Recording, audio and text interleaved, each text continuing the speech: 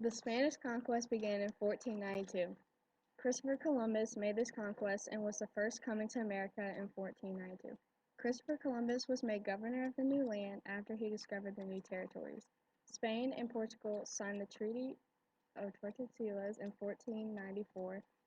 This treaty was meant to divide the globe into two spheres of influences.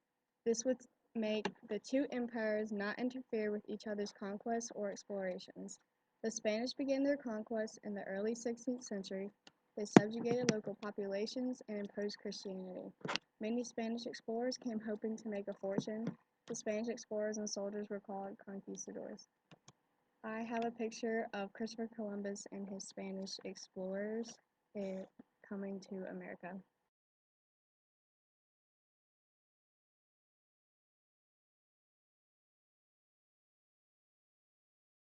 The Dutch settled in the Americas in 1615.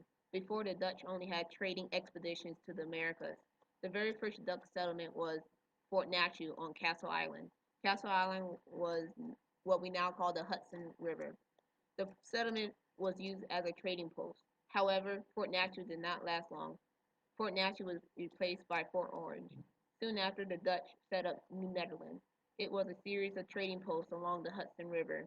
Those trading posts created the foundations of towns we still use today. The Dutch expanded to what we now call New York, New Jersey, Delaware, Maryland, and parts of Connecticut and Pennsylvania. I picked this picture because it shows the expansion of the Dutch colonization of the Americas.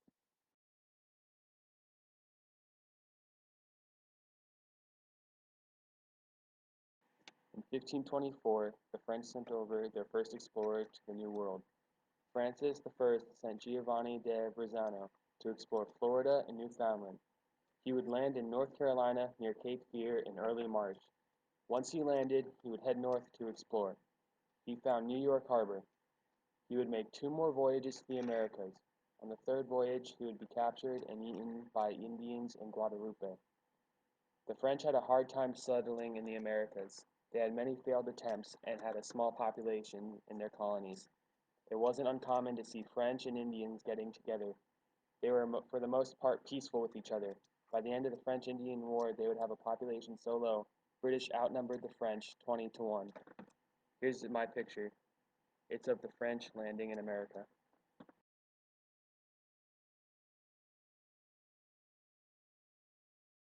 Portugal was the leading country in the European exploration of the world in the 15th century. The Treaty of Tordesillas in 1494 divided the earth outside Europe to Castilian and Portuguese global territorial hemispheres for exclusive conquest and colonization. In 1501 and 1502, the Corte Real brothers explored and charted Greenland and what is today the Canadian province of Newfoundland and Labrador, claiming them as Portugal land. Here I have a picture of the Corte Real brothers.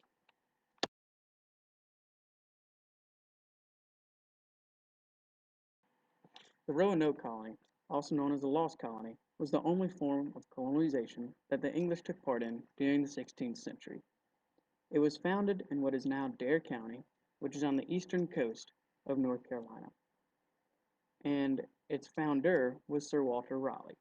He was granted a charter from the Queen of England. The governor, John White, left for England a little while after they arrived to explain to leaders that the colony was in bad shape and needed some help. He was unable to return until 3 years later, in which he arrived.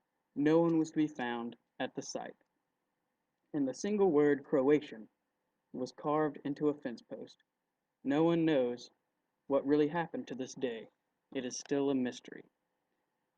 And here I have a picture of what is believed to be John White looking at the word Croatian carved into the tree, which really should be a fence post in this day, and some others that came along with him.